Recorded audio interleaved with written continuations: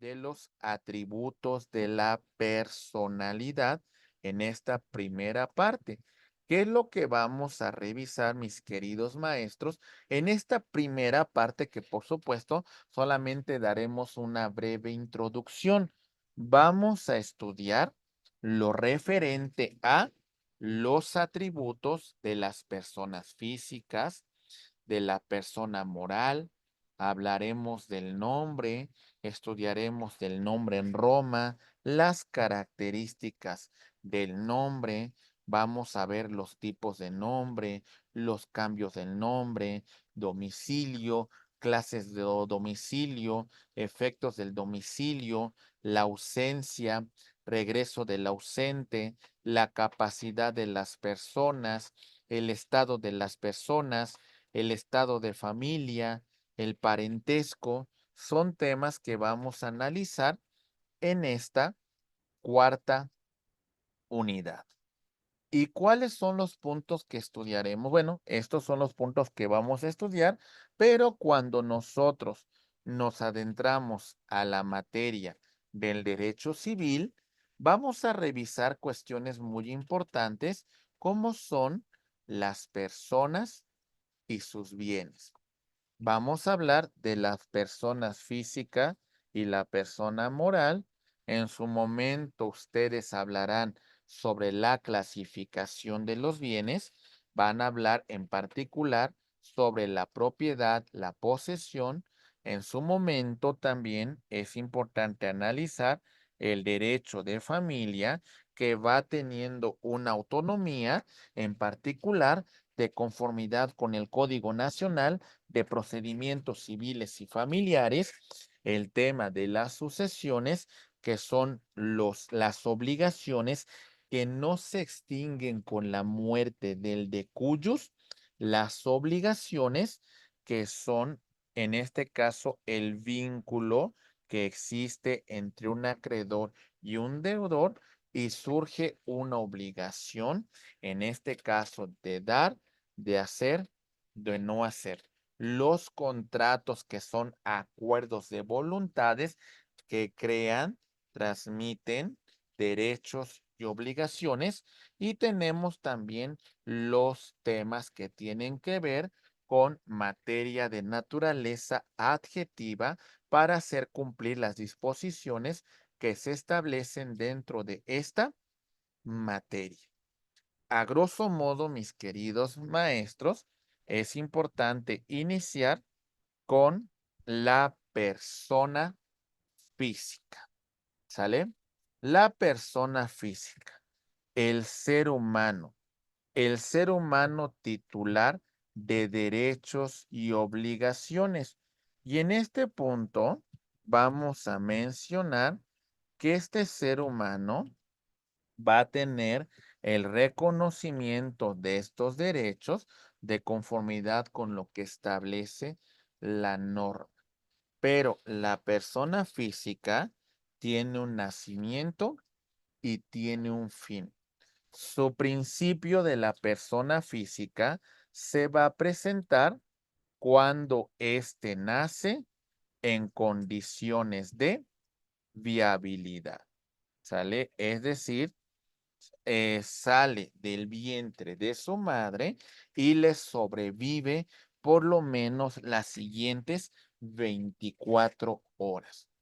La materia civil reconoce los derechos del naciturus o concebido, es decir, en este punto antes de su nacimiento, le vamos a reconocer ciertos derechos para que en el momento que nazca en condiciones de viabilidad se haga acreedor a estos derechos. Por eso hay que esperar su nacimiento. Y en el caso de una sucesión, no vamos a entrar en la partición de los bienes hasta que esperemos que la viuda encinta dé a luz y veamos este nacimiento en condiciones de viabilidad. Y bueno, con la muerte de la persona, vamos a decir que hasta cierto punto estamos terminando con lo que vamos a conocer. Vamos a terminar con su vida física, pero hay derechos y obligaciones que no concluyen con su muerte. Ahora bien, es muy importante determinar el momento en que muere la persona para señalar varios supuestos importantes para el derecho. Vamos a hablar, por ejemplo, de la conmorencia y también de la premorencia. Ejemplo, tenemos que A elabora un testamento y designa como sus herederos a B, a C y a D. A se va de vacaciones con B y lamentablemente hay un accidente aéreo en la cual ambos mueren. Ok. Si en este momento no se puede determinar en qué momento falleció cada uno de estos de A o B, nos podemos encontrar con la figura de la conmurencia. Y entonces, en estricto sensu, B no va a suceder los derechos de A porque murió al mismo tiempo. Y esto acrecentará la participación de C y D en la sucesión de A. Ahora bien, si podemos determinar que A muere antes y B le sobrevive por lo menos algún tiempo, entonces se da la figura de la premorencia y aunque posteriormente B hubiese fallecido, pero ahora sí, en este punto le va a suceder a A y participará la respectiva sucesión de B, en este caso en los bienes que A en su momento va a transmitir. Esto es muy importante que lo establezcamos porque es importante determinar el momento en que se da la muerte de la persona física. También destacamos lo referente a la declaración y presunción de muerte, lo cual produce algunos efectos, no la extinción. A lo que voy, si nosotros no tenemos conocimiento de qué pasó con una persona, ya lleva más de 6 meses, que hasta cierto punto no sabemos nada de ella, presumimos que posiblemente pudo haber fallecido, pues hay que iniciar un procedimiento para que se declare la presunción de muerte. Y en todo caso, al no tener un cuerpo, al no tener esa certeza, un juez va a declarar la muerte de esta persona desde la perspectiva del derecho civil, porque hay que continuar con la transmisión de los bienes que esta persona dejó pendiente. Y por supuesto, ya hemos terminado con esta situación, pero la esclavitud que implicaba el no reconocimiento de derechos de esa persona, pues bueno, ya afortunadamente lo hemos dejado atrás y por supuesto la muerte civil que implica el reconocimiento de las autoridades civiles de la muerte de esa persona física que va a producir como tal consecuencias de derecho. Estimados maestros, hasta este punto vamos a quedarnos a continuación. Regresamos exactamente en punto de 1 hora Esperemos que los puntos que estamos tratando con usted. Muy bien, vamos a continuar y ahora vemos lo referente con los atributos de las personas morales. Muy bien. Bueno, seguimos con atributos de la persona física. Decimos concepto, situación jurídica que individualiza o sitúa a una persona dentro de la sociedad y el orden jurídico. Algunos aspectos importantes a considerar es el nombre, el domicilio y el estado de familia. Vamos a hablar dentro del estado, del civil o familiar, del personal o capacidad y del político. Por ejemplo, vamos a hablar en esta situación del estado. Ahí voy, ¿eh? Ok. Del estado de la persona. Vamos a mencionar, por ejemplo, el estado referente con el estado civil o familiar. Hacemos referencia a aspectos que tienen que ver con el tema del matrimonio, relaciones que de alguna manera también podemos mencionar aquí, el tema del concubinato y por supuesto también la sociedad de convivencia. Muy bien. Avanzamos y vemos también otros aspectos y aquí vamos a mencionar también la cuestión de la filiación y por supuesto también la tutela. Muy bien. En relación al tema de el estado de la persona, hablamos sobre su capacidad, ¿vale? De goce y de ejercicio. Muy bien. Y en relación al estado político de la persona, vamos a hacer referencia a la nacionalidad y en relación a esto, vamos a hablar de la ciudadanía. Muy bien, esto va a generar derechos y obligaciones frente al Estado. Ok, muy bien. Avanzando sobre todos estos temas que venimos exponiendo, vamos a mencionar que en relación de la persona física, señalamos, ahí va, es un ser humano nacido vivo, ¿ok? Una condición muy importante, ser humano y nacido vivo. Mientras que en la persona moral señalamos el conjunto de personas físicas, ¿sale? O de personas morales que se van a unir con un fin lícito de organización, hay un órgano de representación y hay un reconocimiento dentro del orden jurídico. Entonces vemos acá a la persona moral. Es una unión de personas físicas o de otras personas morales que se van a unir con un fin lícito, ¿sale? Un fin perfectamente reconocido por la norma.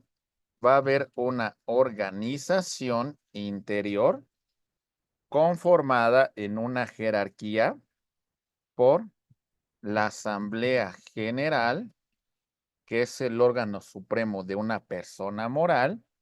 A su vez, tenemos un consejo de administración o la conformación de un administrador único y vamos a designar a un apoderado legal.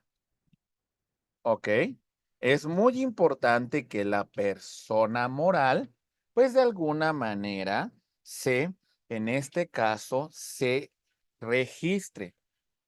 El registro, vamos a hablar de el registro público de personas morales, ¿vale? Que vamos a hablar de las personas reconocidas en el derecho civil, asociación civil, sociedad civil, o el registro público de, de comercio, ¿vale? Sociedades mercantiles.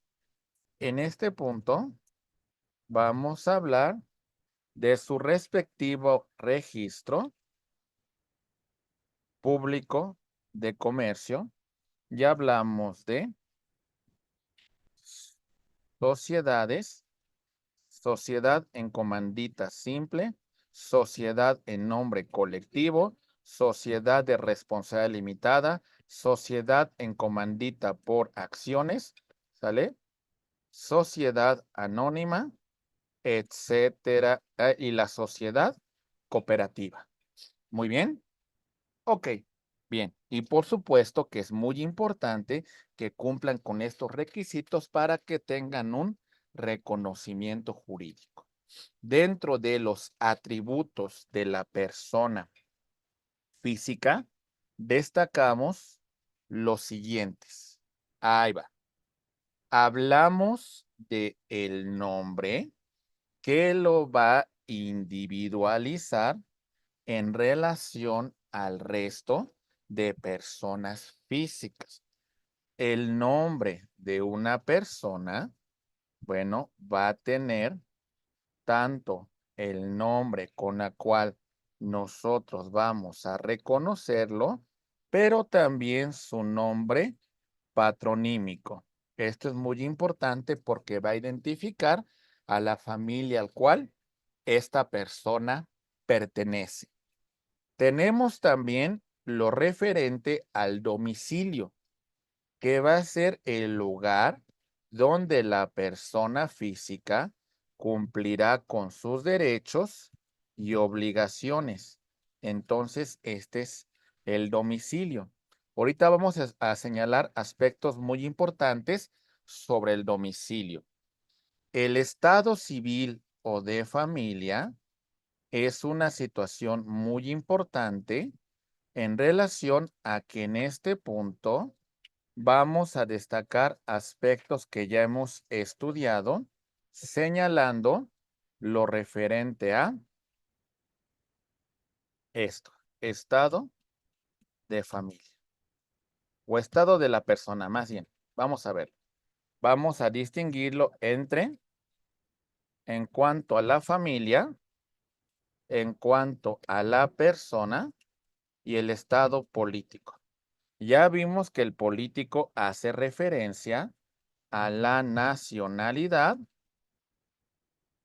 y a la ciudadanía. El de la persona a su capacidad de goce y de ejercicio. Y a la familia ya mencionábamos, referente al matrimonio, concubinato, sociedad de convivencia, filiación, ¿sale? Adopción y el tema referente con la tutela.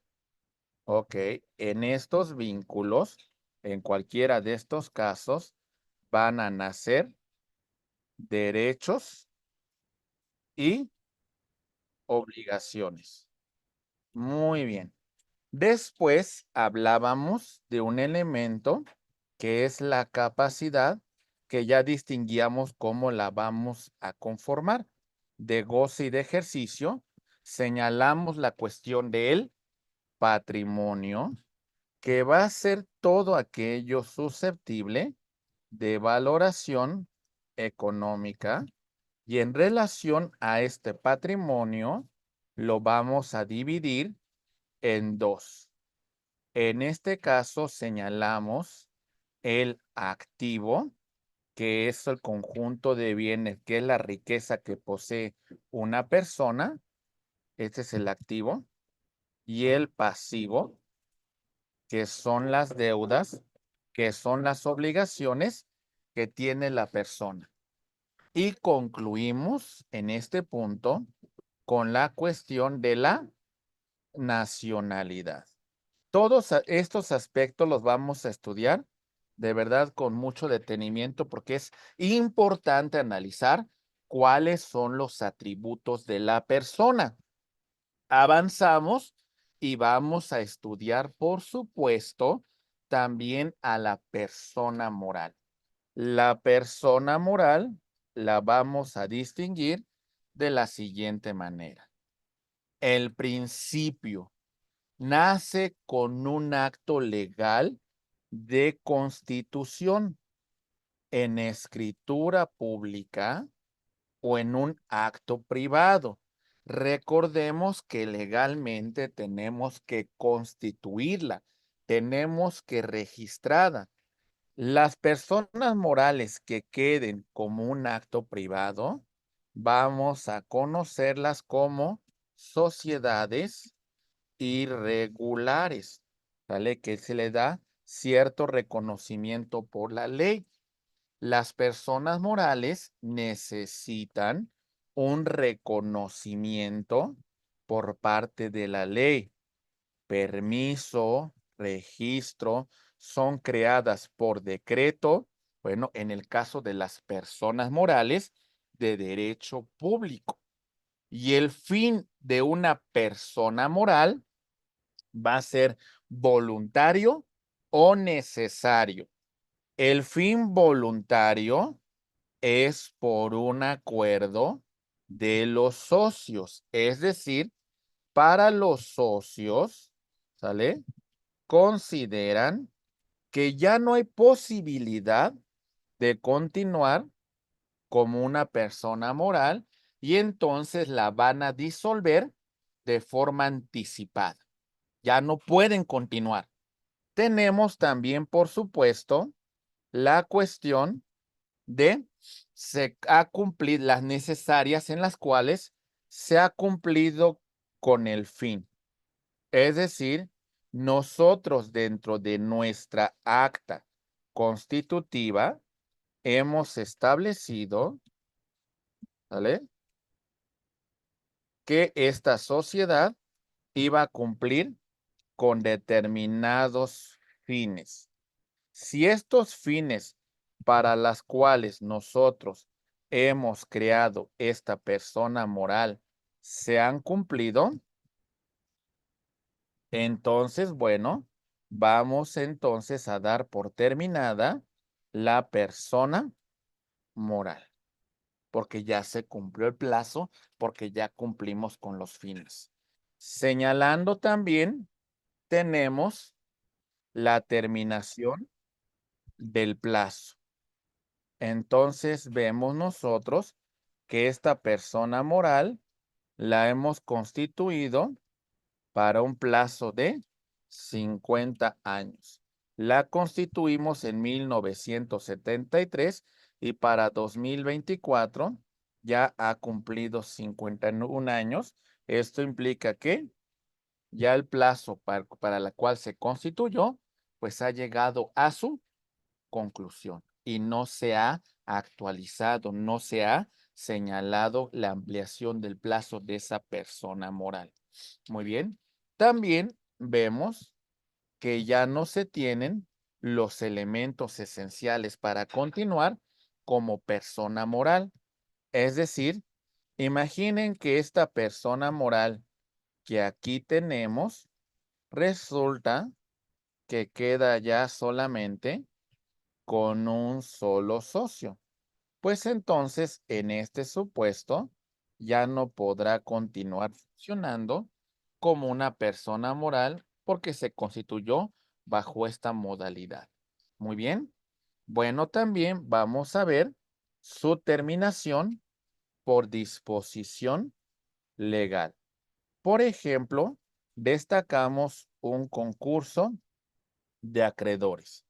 En este caso, vamos a señalar que esta persona moral no puede cumplir con sus obligaciones y entonces lo que vamos a encontrar que los acreedores van a iniciar un concurso de acreedores en la cual vamos a llevar a la persona moral, vamos a disolverla y de sus activos vamos a cubrir las obligaciones que tiene pendiente con sus acreedores, dando por terminada la existencia de la persona moral. Y también por sentencia que decrete la disolución de una persona moral.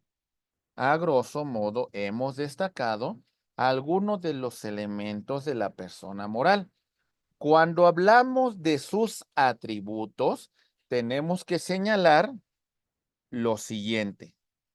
Aquí vamos. Muy bien. Señalamos denominación o razón social, domicilio, capacidad, patrimonio y nacionalidad. Denominación. ¿Sale? Aquí van a figurar los nombres de los socios. La razón social es un nombre impersonal. Ok, el domicilio de la persona moral es el que han establecido en su acta constitutiva, ¿sale?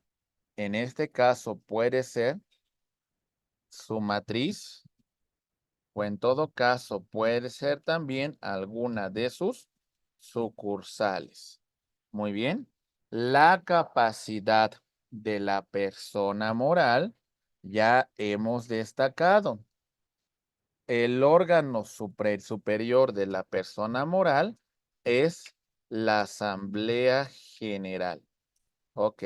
La Asamblea General va a designar a un órgano de administración. Este órgano puede estar conformado por una sola persona, administrador único, o por un consejo de administración. ¿Ok? A su vez, van a designar en instrumento público a su apoderado legal. ¿Ok? Le van a conferir determinadas facultades para representar a la persona moral. Para actos de administración, ¿ok? Para actos de dominio, ¿ok? Para pleitos y cobranzas, etcétera, etcétera. La representación de la persona moral. Después tenemos lo referente con su patrimonio.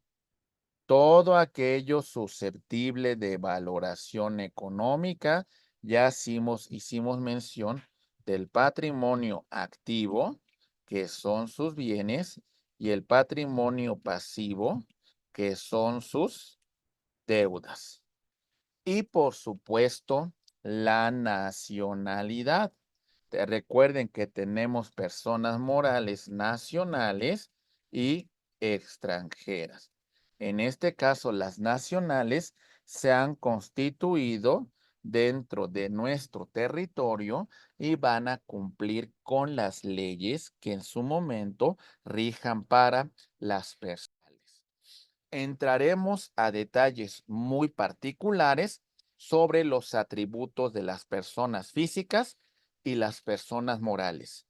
Empezamos con los atributos de la persona física. Ahí está. ¿Qué tenemos? Por ejemplo, vamos a tener un nombre propio, en este caso, Héctor. Y tenemos un nombre patronímico que son mis apellidos. Recuerden que nosotros ya podemos determinar el orden de nuestros apellidos. ¿Ok? Muy bien. Si nos remitimos nosotros al derecho romano, vamos a encontrar que el origen del nombre era el siguiente. Empezamos con el pronomen, que era el nombre de pila, ¿sale? Tenemos el nomen, que era el gentilicio de la familia a la cual nosotros pertenecíamos, y tenemos el cognomen, que era nuestro apodo, con la cual se nos reconocía públicamente. ¿Recuerdan a un emperador que se llama que lo conocemos como Calígula? Calígula no era el nombre del emperador. Calígula era su apodo, que significaban botitas, solamente por poner un ejemplo de este tipo de nombres. O como Marco Tulio Cicerón. Marco era su nombre. Era de la familia de los Tulio y su apodo era Cicerón. Ese era como nosotros conocíamos a ese gran orador y abogado romano. Pero bueno, vamos a ver las características del nombre. Mi estimada maestra Elizabeth dice lo siguiente. Vamos a verlo. Nos comenta, ahí voy, ¿eh? Dice, si solicitan proporcionar el nombre de la persona para el trámite, ¿a qué se refiere con el nombre propio o patronímico completo? Bueno, en este caso, desde un aspecto doctrinal, el patronímico son los apellidos. Es lo que conocemos como los apellidos, que nos aducen a la familia a la cual nosotros pertenecemos. Y recuerde que en este tema de los apellidos, pues bueno, ya nosotros podemos elegir el orden de los apellidos entre el paterno y el materno. Muy bien, avanzamos con esta exposición y vamos a ver lo siguiente. Atentos, decimos, ¿cuáles son las características del nombre? Bueno, en primer lugar, es un derecho subjetivo que cada persona en este caso, hace oponible frente a terceros, ¿eh? Entonces, es un derecho subjetivo que cada uno de nosotros va a hacer valer, ¿vale? Empezamos. Muy bien. ¿Qué más podemos destacar sobre el nombre?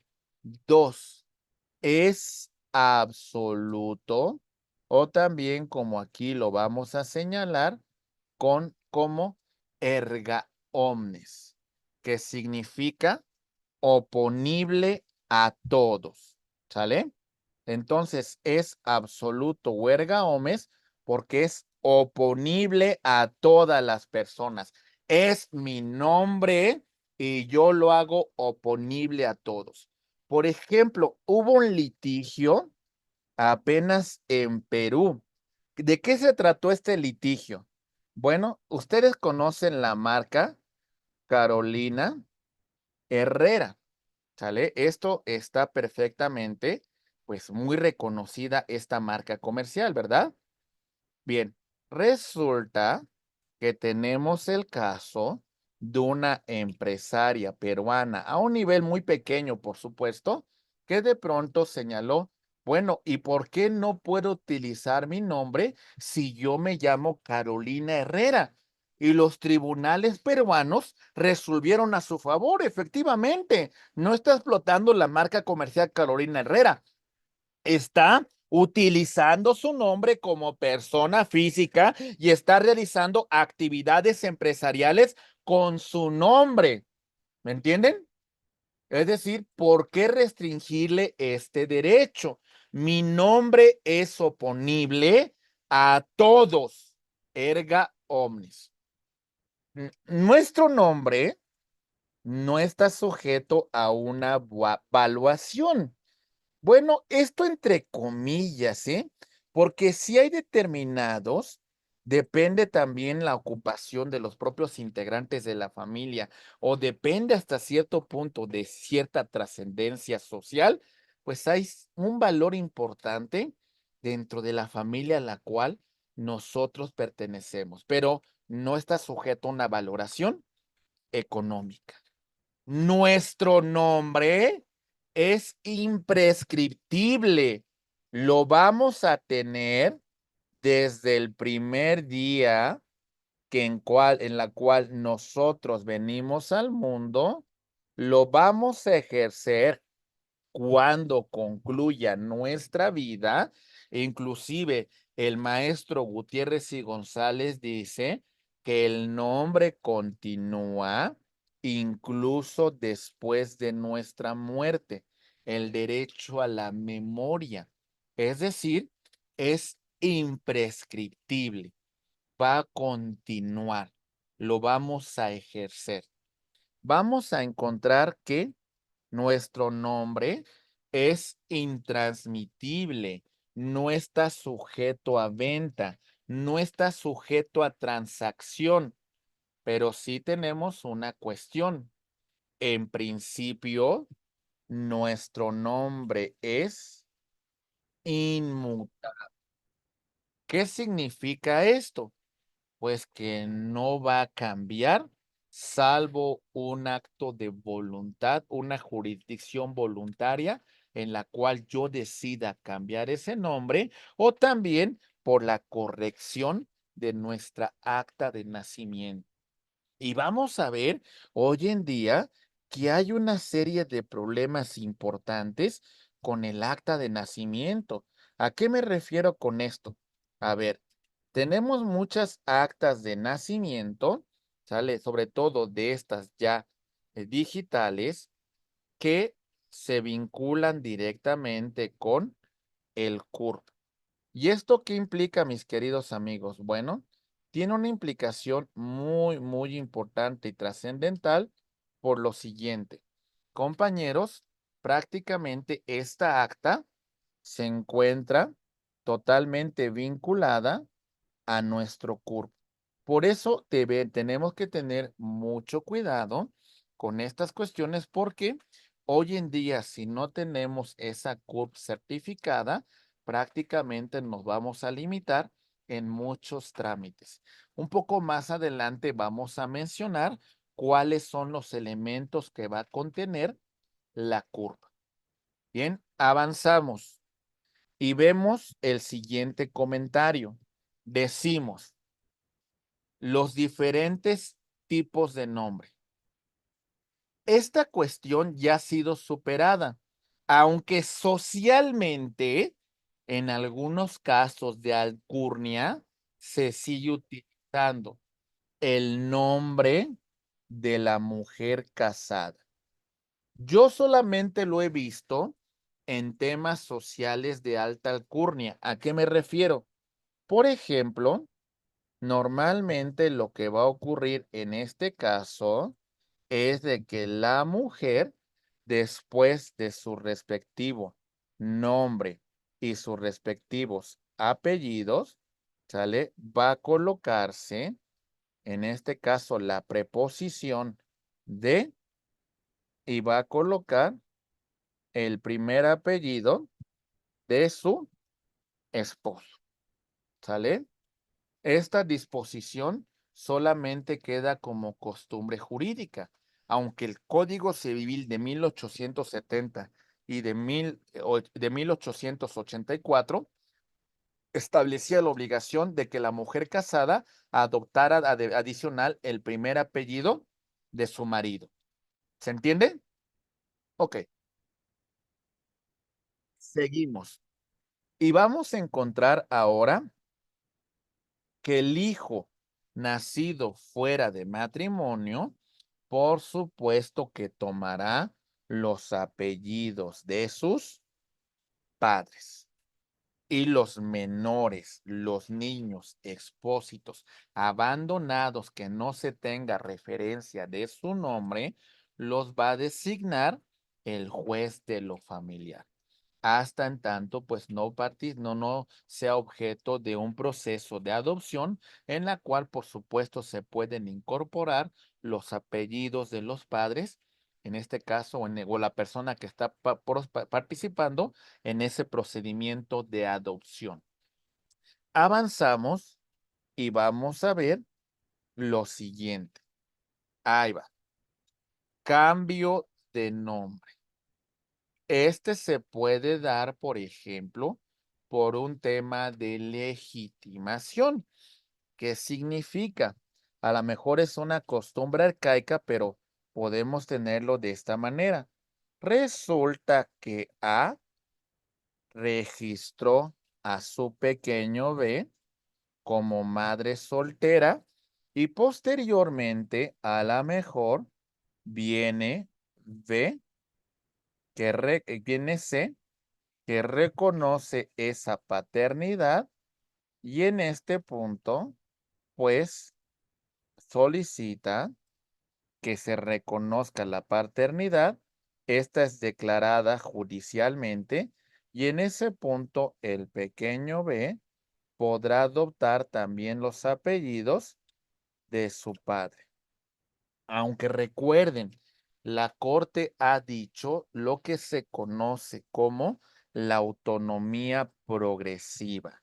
En este caso, el menor podrá tomar determinaciones en relación a su nombre, en relación a situaciones que tengan que ver con su persona. En este mismo sentido, hablamos del reconocimiento de paternidad. En el caso de que sea acreditado, bueno, tomar los apellidos respectivos del padre. Lo mismo que hemos señalado en la cuestión de legitimación. El menor podrá tomar determinaciones sobre que versen sobre su persona. ¿Qué significa esto? Imaginen que tenemos a un pequeño, ¿sale? Este pequeño, no sé, vamos a ponerle que ya tiene unos 12 años, que entonces podrá determinar en ese ejercicio de autonomía progresiva, podrá definir y decir, no, simplemente no estuviste en mi vida y no puedes venir ahora que ya tengo 12, 13, 14 años a que te venga a reconocer como padre, aunque un juez así lo haya declarado. Ya lo declaró, pero no quiero que tus apellidos figuren en mi nombre. Esto, por supuesto, también tiene que ver con este ejercicio de autonomía progresiva, que no tiene que ver con la edad, sino tiene que ver más con un tema de madurez. También la cuestión de la adopción, que hasta cierto punto implicaría que los padres que en este caso intervienen en este proceso incorporarán sus apellidos al menor que es adoptado. Y por supuesto, la anotación correspondiente dentro del acta.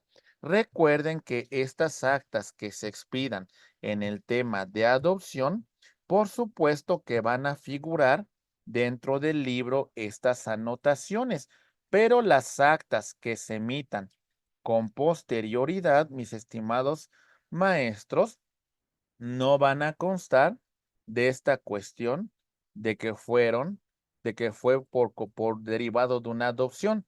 En ese caso nos tendremos que remitir a esta acta original, que en todo caso lo podrá solicitar un juez de lo familiar, ¿sale? O una autoridad que considere importante remitirnos al acta de origen, ¿sí? Esto es muy importante también, por ejemplo, en las cuestiones de reasignación sexual. Y tenemos también la sentencia que declare la rectificación del acta de el registro civil. Muy bien. Otros aspectos importantes que tiene que ver con el nombre, vamos a verificarlo en estos dos temas.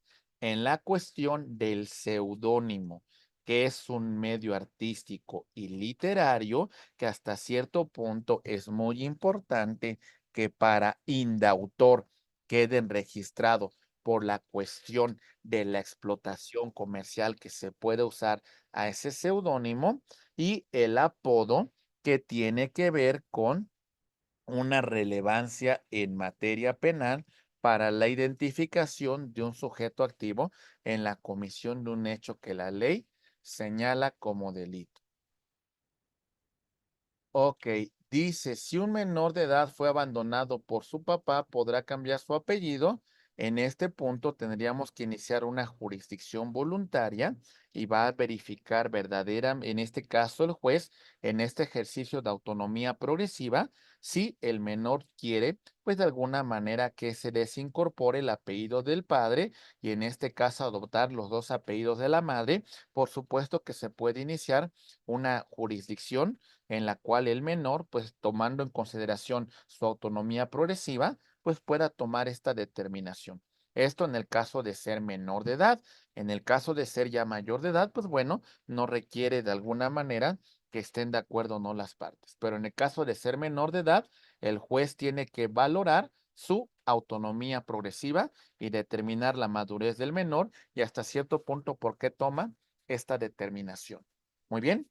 Ahora bien, en relación del domicilio. El domicilio, a sus órdenes, mi estimado maestro, el domicilio va a ser el lugar donde la persona jurídica, la persona moral y la persona física van a cumplir con sus derechos, sus obligaciones y van a contraer derechos.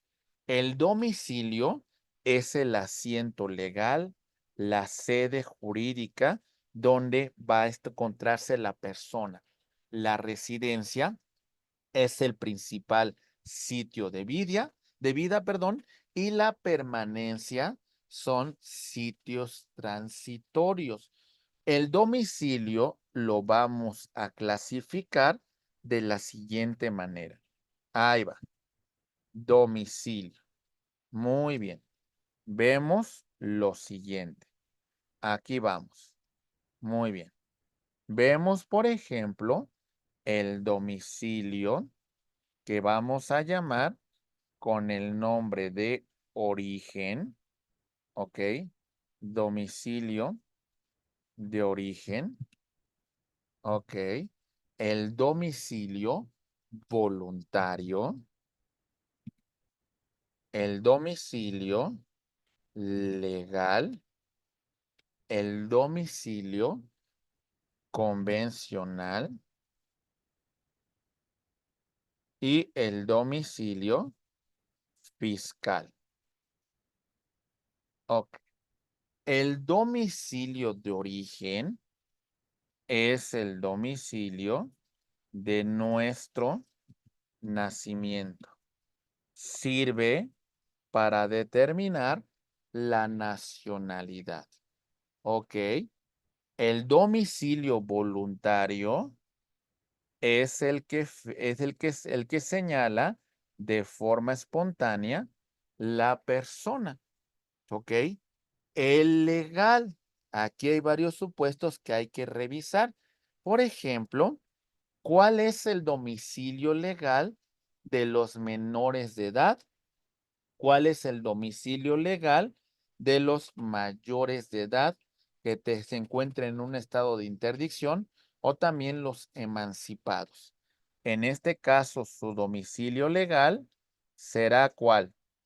El domicilio de sus padres y en el caso de los que se encuentren en una situación de interdicción de sus respectivos tutores. ¿Ok? El domicilio legal de los cónyuges es el que han establecido, ¿sale? Para, pues, hacer una vida en común. Los militares en servicio activo, su domicilio será su cuartel, en donde cumplen con estas funciones. Los servidores públicos, su domicilio será en donde ejerzcan sus funciones de conformidad con la respectiva ley orgánica que regula, pues de alguna manera, las funciones que éste desempeñe. Los funcionarios diplomáticos, ¿cuál será su domicilio, compañeros? Será la embajada, será el consulado, ¿sale? Donde se encuentren ejerciendo estas funciones.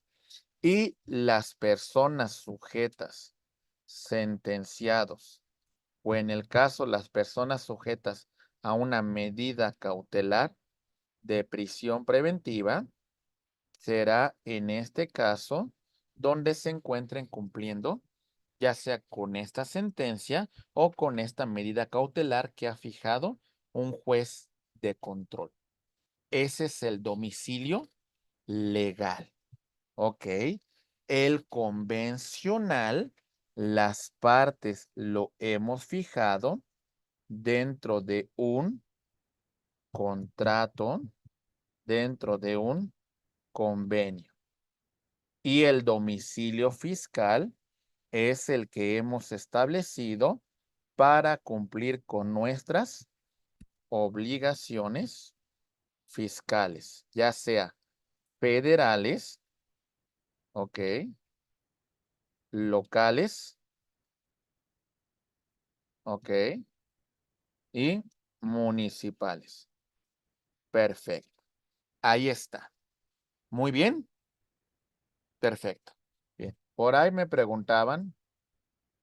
Dice, hay un caso similar del maestro Luis en el estado de Chihuahua. Tiene un asunto donde el menor se le abandonó. La autoridad de DIF estatal, señaló que puede en este caso pues tramitar la pérdida de la patria potestad y como consecuencia posterior también el tema de que se ha modificado su respectiva acta de nacimiento para que pues el nombre del padre que abandonó al menor pues también pues por qué llevar esa situación de alguien que no cumple con sus obligaciones. Muy bien. Ok, rápidamente. Espero que este tema del domicilio de origen voluntario, legal, convencional y fiscal esté claro, ¿verdad? Muy bien, avanzamos. Y vamos a ver ahora, mis queridos amigos, aquí vamos. Muy bien. El domicilio de las personas físicas. ¿Cuál es su lugar donde reside? Donde tiene sus negocios y en último caso, donde se encuentra. Entonces, el domicilio de la persona, en primer lugar, vamos a señalarlo en este orden, ¿sale? Primer lugar será su residencia, ¿sale? Segundo lugar, su lugar de trabajo. Si no tiene ninguno de los dos anteriores, donde se encuentre. Ese será su domicilio. Y el domicilio de las personas morales, vamos a destacar lo siguiente. Va a ser el señalado dentro de nuestra acta constitutiva que hemos celebrado, el domicilio de administración, ¿sale? Donde se encuentra nuestra matriz o donde la persona moral, pues de alguna manera cumple con su objeto. Vemos la cuestión de alguna de las sucursales o simplemente donde opera la persona moral. Ese será su domicilio. ¿Cuáles son los efectos que conlleva el domicilio? Vamos a destacar lo siguiente. 1. Determina el lugar preciso en caso de una controversia donde vamos a ser emplazados a juicio. Es decir, en una controversia jurisdiccional, ¿sale? Una vez que el juez hubiese admitido a trámite la demanda, lo que va a hacer el juez es que en este caso va a emplazar a juicio en el domicilio que se hubiese fijado y en este punto aquí es donde será la persona emplazada a juicio. Muy bien. 2. Destacamos y señalamos el lugar donde debemos cumplir con nuestras obligaciones. 3. Fija competencia del juez. en este caso, el juez es competente por territorio para conocer la controversia que se le está planteando, sí o no. 4.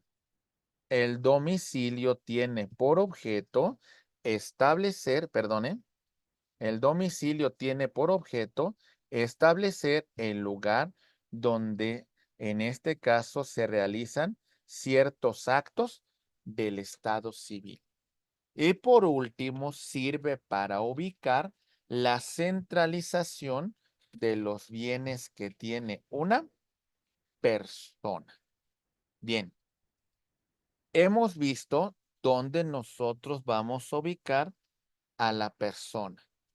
Pero, ¿qué sucede en el caso de que la misma se halle ausente? ¿Dónde la vamos a ubicar? ¿Qué sabemos sobre esa persona? Vamos a empezar, estimados amigos, con lo siguiente. Atentos, por favor. Vamos a ver. Muy bien. Empezamos con la ausencia. La condición legal de la persona cuyo paradero se ignora. No sabemos qué pasó. No sabemos cuál es la situación de esa persona. Destaquemos lo siguiente. Punto número 1. La persona no tiene presencia prolongada en el domicilio. Se ignora el lugar donde se encuentra. Tenemos más de 6 meses que dudamos si está vivo o no. No sabemos en un periodo de 6 meses qué pasó. Se duda de su fallecimiento en razón a una pandemia, en razón a una enfermedad, en razón a su edad, ¿ok? En razón a un desastre natural. ¿Qué pasó, verdad? ¿Dónde está la persona? No sabemos qué ocurrió. Las medidas que deberá tomar en consideración el juez que conozca sobre esta presunción de ausencia. 1. Ordenar la búsqueda del ausente. 2. Asegurar los bienes del ausente. 3. Proteger a los hijos del ausente. Esto es lo primero que va a ocurrir. ¿Cómo se va a dar el procedimiento sobre la declaración de ausencia? Vamos a verlo. Aquí vamos. Punto número 1. Empezamos con la presunción de ausencia. Ya mencionamos por qué se va a dar esta presunción. No tiene no se encuentra en el domicilio la persona, se ignora dónde se encuentra, tenemos más de 6 meses que no sabemos de la misma y dudamos que hubiese fallecido, ¿sale?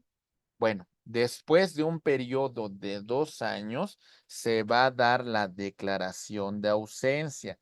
Y si el ausente tenía un apoderado, entonces será en un periodo de 3 años. Una vez que se ha verificado este punto, que no sabemos de la persona, después de 6 años se va a presentar la declaración de presunción de muerte y, bueno, se va a declarar ya la desaparición como tal de la persona. ¿Cómo se va a dar todo este proceso? Lo vemos en el siguiente esquema. Aquí vamos. Empezamos con el punto número 1. Medidas provisionales que tomará en cuenta el juez. Nombrar un depositario de los bienes, ¿sale? Para que los administre. Citar a las personas por medio de dictos para que comparezcan, las que tengan derecho, en este caso, pues que tengan un interés jurídico sobre los bienes del ausente. Citará las medidas que sean necesarias para asegurar la administración adecuada de los bienes. Si no existe quien ejerzca patria potestad sobre los hijos del ausente, pues se procederá a nombrar un tutor. Llegamos a la declaración de ausencia, ¿sale? Si procede la demanda, se publicará durante 3 meses, durante un intervalo de 15 días, pues para ver si tenemos noticias del ausente. Y después de un periodo de 6 años, se va a decretar la cuestión de presunción de muerte. Maestros, y si regresa, ¿qué va a pasar? ¿Sale? Ya vine de donde andaba, se me concedió volver, como dice la canción, ¿verdad? El ausente ha regresado. ¿Qué va a ocurrir? Vamos a ver. En este caso, reaparece la persona que se había declarado ausente o muerto. ¿Qué va a ocurrir? Empezamos. Si regresa durante la presunción de ausencia, ¿sale? En ese inter, tiene derecho a recuperar su patrimonio. El que haya sido designado depositario va a rendirle cuentas y lo que tiene que hacer el ausente es el pago de los gastos y honorarios que hubiesen hecho los gestores para asegurar la adecuada administración de sus bienes. Entonces regresa durante ese periodo de presunción. Ahora bien, vamos a ver que el ausente va a regresar una vez que ya ha sido declarado, en este caso, el periodo de ausencia. ¿A qué tiene derecho el ausente? Ok, vamos a ver. Uno, la entrega de cuentas de los poseedores provisionales. ¿Sale? Es decir, pues los proveedores provisionales, en este caso, estos poseedores provisionales van a pedir de alguna manera que paguen los honorarios correspondientes a su gestión. Dos, los poseedores van a retener los frutos industriales derivados del trabajo en su 100%. Y la mitad por lo que respecta a los frutos naturales y civiles. ¿Ok? En este momento. Ahí va. El ausente va a recuperar los bienes en el estado que estén. El siguiente punto es algo subjetivo porque decimos la reanudación de la sociedad conyugal siempre y cuando el cónyuge esté de acuerdo, ¿verdad? Porque no puede ser que te hayas ido y después regreses y quieras regresar con la mesa servida y nada ocurrió. Todo sigue igual, pues no, ¿verdad? En este supuesto, digamos, se reincorporará este vínculo siempre y cuando el cónyuge esté de acuerdo. Ahora, el regreso del ausente se va a dar cuando ya se ha declarado su muerte. Aquí vamos a ver qué es lo que va a ocurrir. Uno, derecho al patrimonio como se encuentre. ¿Sale? El ausente podrá recuperar sus bienes que hubiesen sido vendidos, pero tiene que pagarlos, en este caso, a los nuevos titulares. Y ellos tienen que estar de acuerdo o no con la venta. Es un tema subjetivo si quieren vender o no.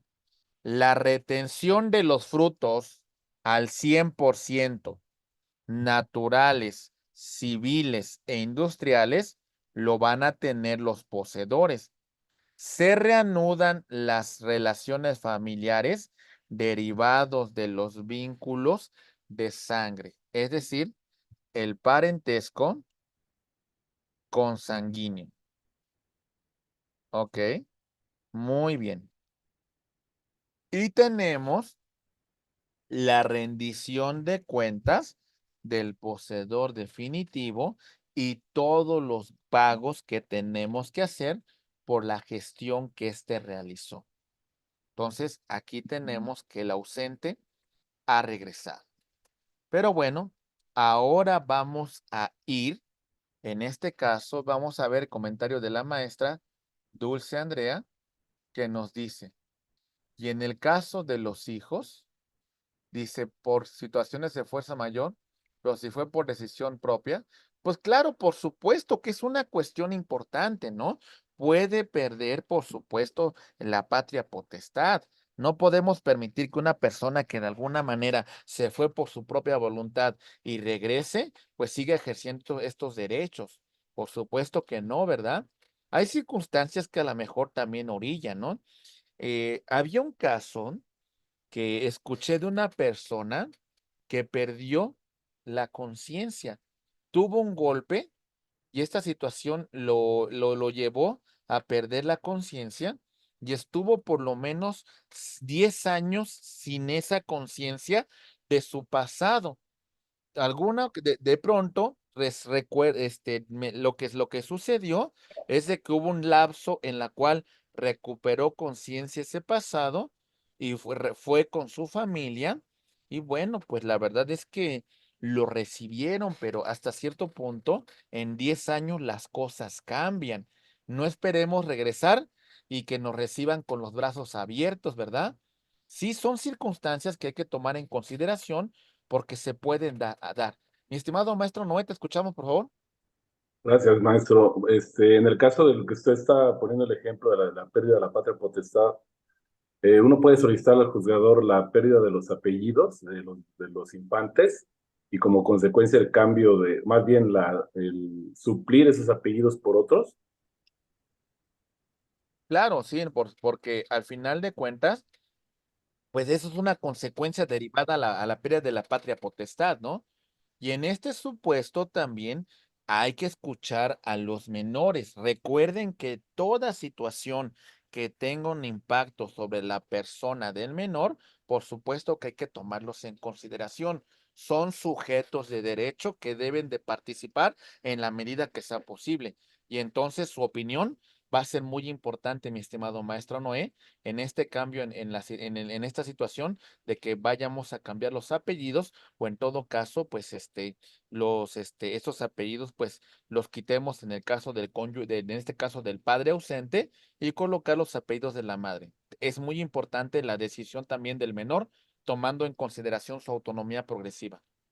Gracias. ¿Sí? Muy bien.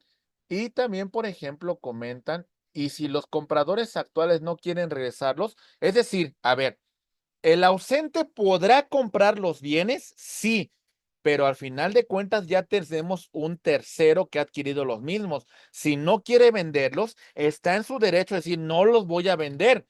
O en todo caso, también establecer un precio para la adquisición de los bienes por parte de el regreso del ausente. Por eso va a recuperar el patrimonio como se encuentre. ¿Podrá recuperar sus bienes a través de la compraventa? Sí, pero depende también de la voluntad, en este caso del nuevo adquirente. Muy bien, ok. Rápidamente vamos a llegar a la cuestión de la capacidad, que ya hemos visto mucho de estos temas, la capacidad de goce, la aptitud de todo ser humano para ser titular de situaciones jurídicas y subjetivas, derechos y obligaciones. La capacidad de goce la vamos a tener nosotros desde nuestro nacimiento y va a terminar con nuestra muerte.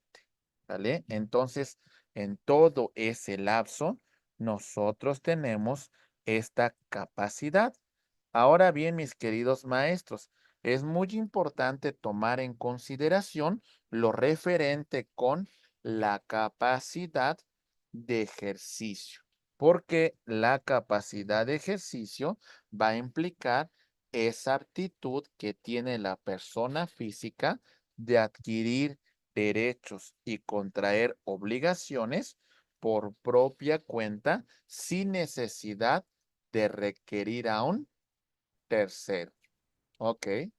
Dice también, por supuesto, mi estimado maestro Ricardo Paz, no olvidar mencionar que en la controversia en la cual esté inmerso un menor, también interviene el Ministerio Público, por supuesto, como un representante legal en la defensa y en la representación de los derechos de este menor. Claro que sí. Muchas gracias por hacer esta aclaración, que vale mucho la pena que la tomemos en consideración. Muy bien. Ok. El estado de las personas. Destacaremos lo siguiente. Mucha atención, compañeros.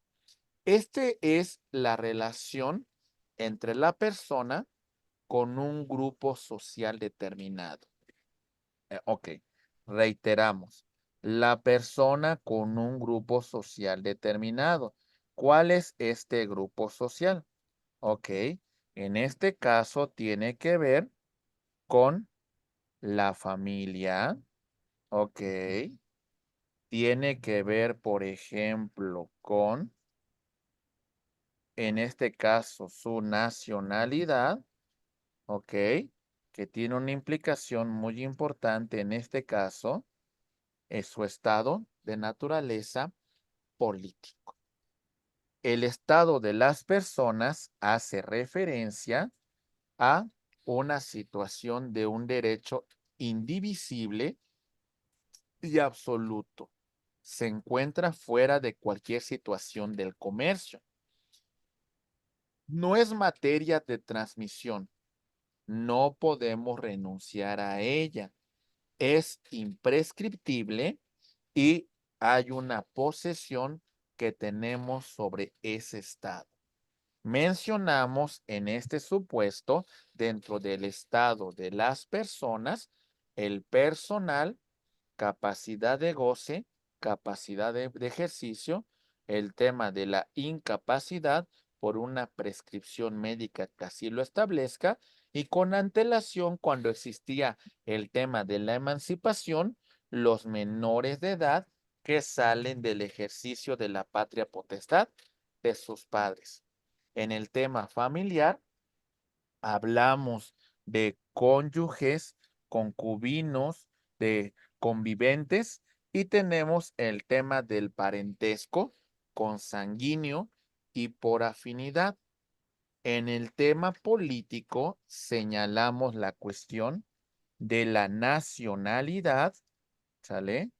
El extranjero, que es quien no es nacional, pero que también goza de los derechos fundamentales que reconoce la Constitución y los tratados internacionales, el ciudadano y quien no tiene esta ciudadanía. Vamos a empezar un poco, mis queridos amigos, a hablar del tema del Estado político. Y en relación al estado político, vamos a mencionar lo siguiente. Vamos a ver. Muy bien. Empezamos entonces con el estado político. Bien, distinguimos lo siguiente. Ahí va. Muy bien. La nacionalidad mexicana por nacimiento y por naturalización. La de nacimiento vamos a clasificarla en jus sanguinis, derecho de sangre, hijo de padre o madre, mexicanos. Y jus soli, derecho de suelo, nacer dentro de nuestro territorio nacional. Nacer en una extensión de nuestro territorio, sale embajada o consulado, o nacer en una aeronave o buque que tenga esa matrícula mexicana. Muy bien. Entonces aquí vemos el tema del nacimiento, de la nacionalidad mexicana por nacimiento. Y por naturalización implica cumplir con los requisitos que nos señala la Secretaría de Relaciones Exteriores. Entonces, esto es muy importante para hablar del estado político. Muy bien. Ahora bien, en relación al estado de las personas, vamos a hablar de un elemento muy importante para la posesión de este estado: el nombre, el trato y la fama. Pues el nombre ya hemos visto, ¿verdad? Nuestro nombre propio y los apellidos, que de alguna manera me dan permanencia, me dan pertenencia a una familia. Hay otra cuestión que es meramente subjetiva, que es el trato y la fama. Hay un dicho que dice que padre no es el que engendra, ¿no? Sino el que cuida, el que educa, el que protege. El tema del trato tiene que ver con los vínculos de la persona dentro de este grupo familiar y, por supuesto, cómo terceras personas ven a ese núcleo. Ese es un tema de posesión sobre este estado de las personas. ¿Cómo se comprueba el estado de familia? Pues, estimados maestros, por supuesto, las respectivas actas del registro civil y la sentencia judicial, que así lo declare. Las acciones del Estado civil que nosotros podemos iniciar para reclamar este estado de familia de las personas. ¿Sale? La reclamación de ese estado, el reconocimiento de una paternidad o también el desconocimiento de ese estado, ¿verdad? Que también es un tema crucial. Hoy en día se comenta mucho. Hace algunos años tuvimos un asunto en la cual ocurrió lo siguiente. Déjales platico muy a grosso modo. A y B son pareja, ¿ok? Y resulta que hubo una pelea entre los dos. Bueno, de este vínculo nació C, ¿ok? Hubo una pelea en estado de copas y B le confiesa a A que el pequeño no es su hijo. Se quedó con esa espinita clavada y se hizo una prueba de ADN y efectivamente resulta que el pequeño no es su hijo. Para esto ya tenía 5 años y lo que venía en este momento a reclamar A era pues ese tema de que no tenía un vínculo con el menor al no ser hijo de conformidad con la prueba de ADN y efectivamente se hizo las pruebas respectivas de ADN, se ofrecieron las mismas y se determinó pues esta situación. A se le desvincula de este vínculo, pero lamentablemente quien queda en estado de indefensión es este pequeño por problemas de personas adultas. Hoy se comenta mucho, por ejemplo, apenas escuché una conferencia en la universidad si no me recuerdo, no sé si fue Universidad de Cádiz o de Córdoba en España, que se mencionaba que en la legislación española habría que establecer la obligatoriedad de una prueba de ADN en todos los casos, en todos, aunque no hubiese controversia. Es decir, siempre lo que se establecía en esa disposición era que se reconozca que en este caso hubiese una prueba obligatoria de ADN en caso de parentesco. Me parece es un asunto algo complejo. ¿Qué tanto realmente valdría la pena que fuera obligatoria? ¿Estarían de acuerdo o no, compañeros? Porque esto es una situación que hay muchas personas que se han sentido aludidas cuando se ha hecho una prueba de ADN, porque en todo caso se pone en tela de juicio el vínculo que existe, se pone en tela de juicio esa confianza. ¿Qué piensan ustedes de la obligatoriedad de la prueba de ADN, mis queridos maestros? ¿Lo consideran necesario? O sea, eso yo lo estoy diciendo desde un punto de vista de derecho comparado, lo que se discute en la legislación española, ¿eh? ¿Cuál es su consideración, mis queridos maestros? Yo estoy de acuerdo, maestro. ¿Que sea obligatoria la prueba de ADN? ¿Sí es correcto, maestro? Ok, muy bien. Mi estimado maestro Israel dice que no lo considera necesario. Ok. ¿Qué más dicen, compañero? Es exagerado, me dice mi estimado maestro Oscar Alejandro, ¿verdad? Yo lo considero, maestro, que pues no sería necesario porque también hay que ver la situación del menor, ¿no?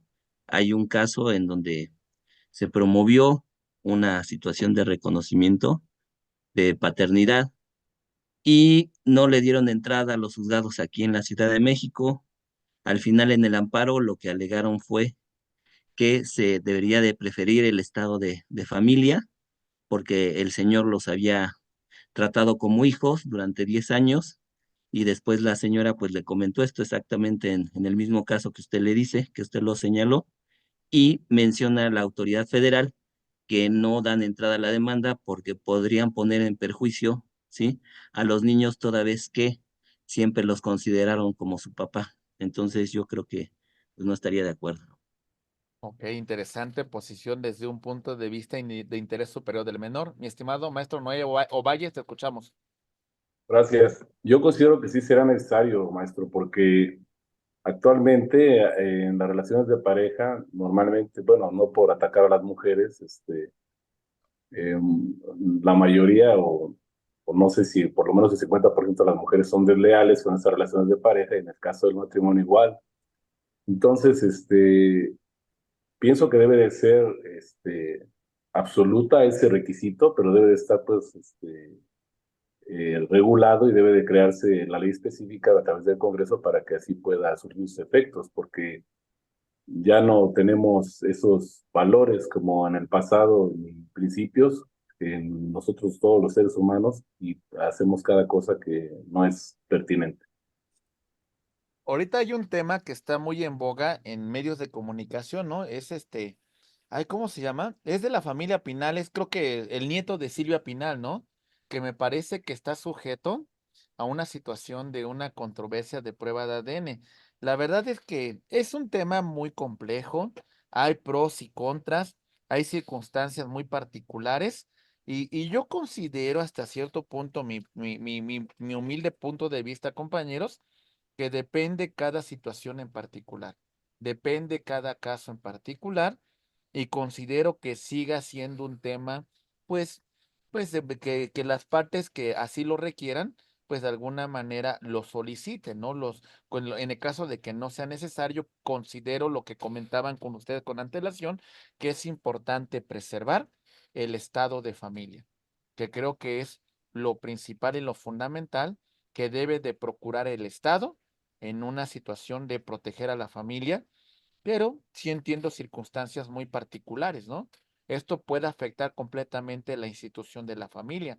¿Y cuántas veces no nos encontramos con estas familias reintegradas en la cual alguien que no tiene, teniendo el vínculo consanguíneo, con amor, con cuidado, con dedicación, cumple con esa función y de alguna manera también, pues es una situación que la verdad que también vale mucho la pena mencionar, como muchas personas sin tener ese vínculo jurídico asumen esta gran responsabilidad y de alguna manera con amor educan a los pequeños en estas familias que se reincorporan, ¿verdad? Y también a veces hay que decirlo, compañeros, hay cierta situación que puede haber, cierta ingratitud en la cual no se le da reconocimiento a estas personas que sin tener la obligación participan, ¿verdad? Pero bueno, es interesante y la verdad que son temas que, que sí involucran muchos aspectos de la familia, ¿no? Como nos dice mi estimado maestro Alejandro Emanuel, ¿no? Que hay una presunción de que los hijos nacidos en matrimonio, pues son en este caso de los cónyuges, ¿ah? Dicen, no lo veo necesario, salvo que exista una controversia, nos dice la maestra Jessica Olmos. Y en este caso el maestro Alejandro Emanuel continúa, dice, justamente se encuentran involucrados derechos de filiación como alimentos derivados de la presunción de ser hijo, pues se basa del interés superior del menor. Y en este punto, pues es importante, como dice la maestra Dulce Andrea, dice, no estoy de acuerdo porque se vulnera el estado de familia del menor y los derechos de la mujer, además considerando los costos de la misma, no es viable para el Estado, efectivamente. No estamos de acuerdo, sí. Son cuestiones que la verdad que sí se ponen en tela de juicio y bueno, es un tema que se discute si deberían ser obligatorias o no. En todos los casos, pues bueno, creo que vamos a seguir en esa posición de que a instancias de parte involucrada, ¿no? Pero bueno, vamos avanzando. Y ahora vemos el siguiente comentario. Aquí vamos. Muy bien. El estado de familia, el estado civil de las personas físicas se refiere al modo de ser de la persona dentro de un grupo familiar, las situaciones permanentes que son con hijos, en este caso hijo, padre, nietos, etcétera, etcétera. Y también, por ejemplo, las derivadas de el matrimonio, ¿verdad? Entre los cónyuges. En el orden familiar hay un cúmulo de derechos y deberes que surgen entre los integrantes de la familia. Empezamos con un tema crucial sobre la familia, hablando de el parentesco. ¿Ok? ¿Qué es el parentesco? Bueno, en este tema del parentesco vamos a señalar la relación jurídica general y permanente que surge entre los miembros de la familia. Tiene su origen en el matrimonio, en el concubinato, en la filiación, en la adopción, constituyendo el estado civil o de familia de las personas. Ya mencionamos cuál es su fuente. En este caso, el matrimonio, concubinato, filiación, adopción. Y su clasificación, consanguíneo y por afinidad. El consanguíneo se establece por personas que descienden de un mismo progenitor. Entonces aquí vamos a señalarlo, ¿sale? Aquí tenemos al abuelo, ¿sale? Ok. Aquí tenemos, ¿sale? Al padre, muy bien. Y aquí tenemos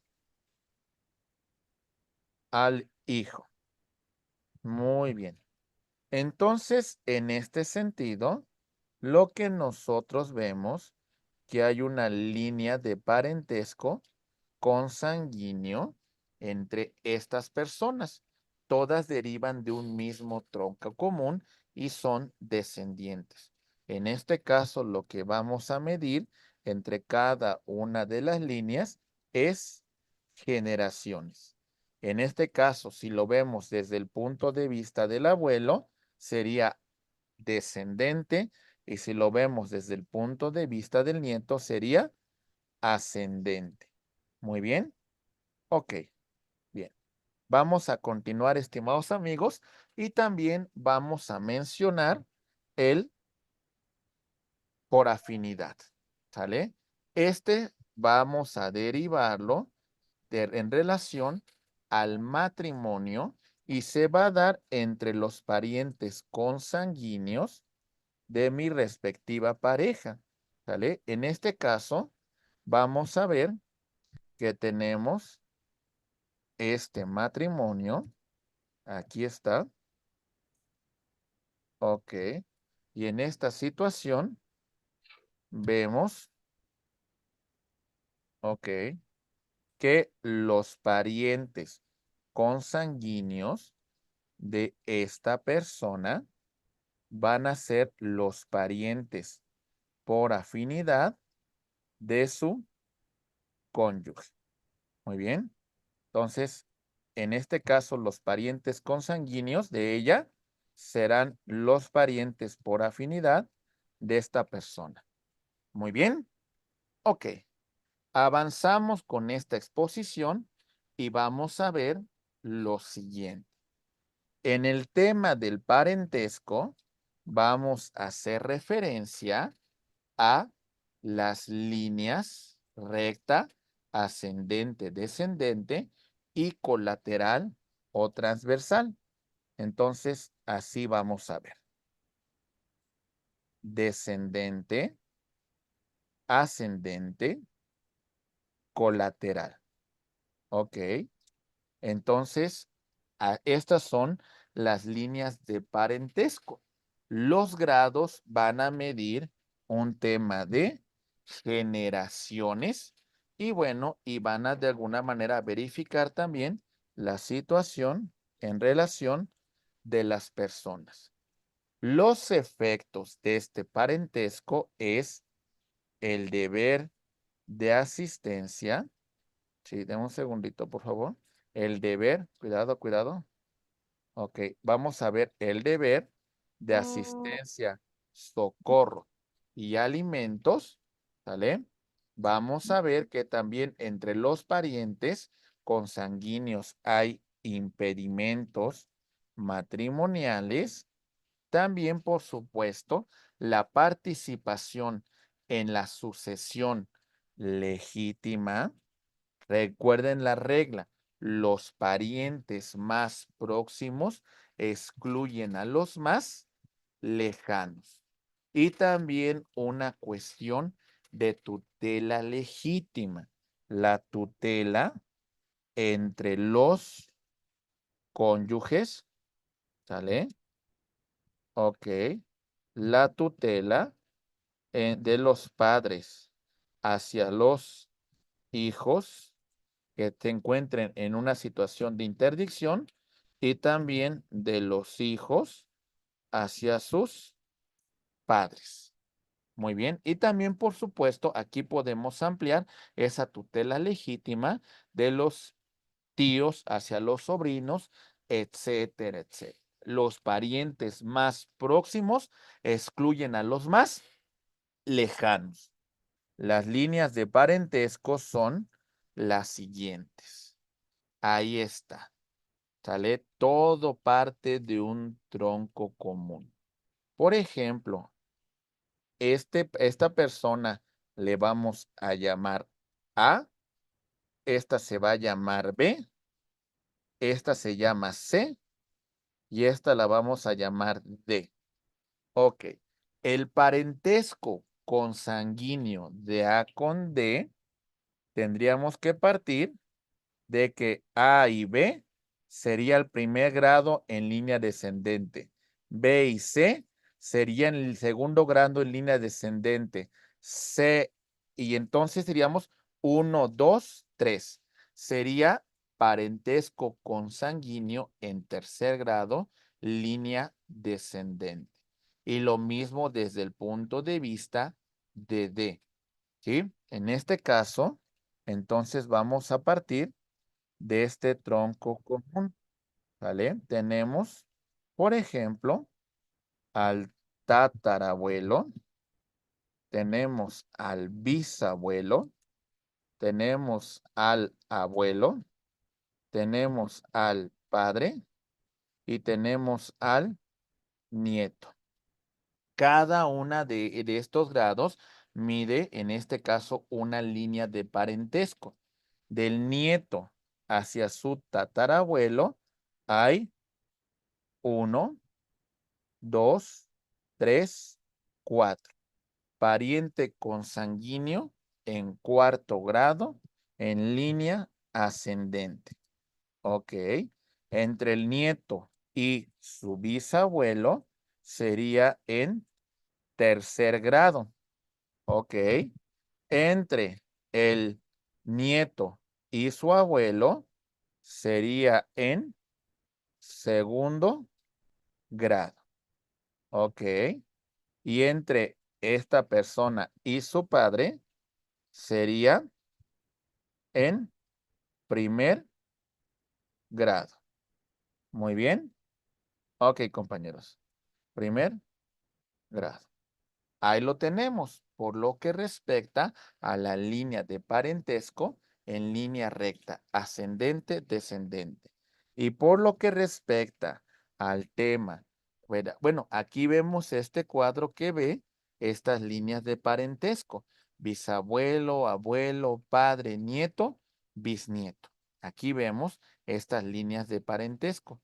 Lo mismo vemos tanto en ascendente como en descendente. Y por lo que respecta a la colateral, vemos lo siguiente. La línea transversal o colateral, para conocer el parentesco entre dos hermanos, hay que subir al tronco común, ¿sale? Es decir, el padre, y posteriormente descender hacia los hermanos, que serían parientes colaterales en segundo grado. Ok. Por ejemplo, vamos a poner un caso. Tenemos que A es el tatarabuelo. B es el bisabuelo. C es el abuelo. D es el padre. Y E es el nieto. Ok. Queremos saber el parentesco consanguíneo de el hermano de mi abuelo. Entonces yo tendría que subir a mi padre 1 grado, a mi abuelo 2 grados, a mi bisabuelo 3 grados y de aquí bajar al hermano de mi abuelo, que sería mi pariente colateral en 4º grado. Muy bien. Ahora yo quiero conocer el grado de parentesco que tengo con mi tía. Voy a subir a primer lugar a mi padre, no alcanza con él, segundo grado a mi abuelo y de aquí bajo a mi tía. Sería en tercer grado. Muy bien. Por ejemplo, quisiera conocer el grado de parentesco que voy a tener yo con el hermano de mi bisabuelo. ¿Sale? En este caso vamos a ver lo siguiente. Aquí tenemos al hermano de mi bisabuelo.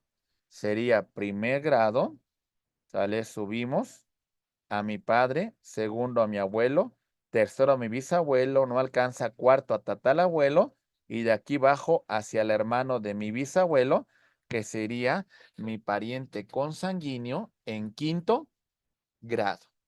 Muy bien. Ok, bien. Estimados amigos, esto es la conclusión de una 4ª unidad. Vamos a iniciar entonces ya la 5ª y última unidad de nuestra asignatura, pero bueno, antes les voy a compartir el siguiente.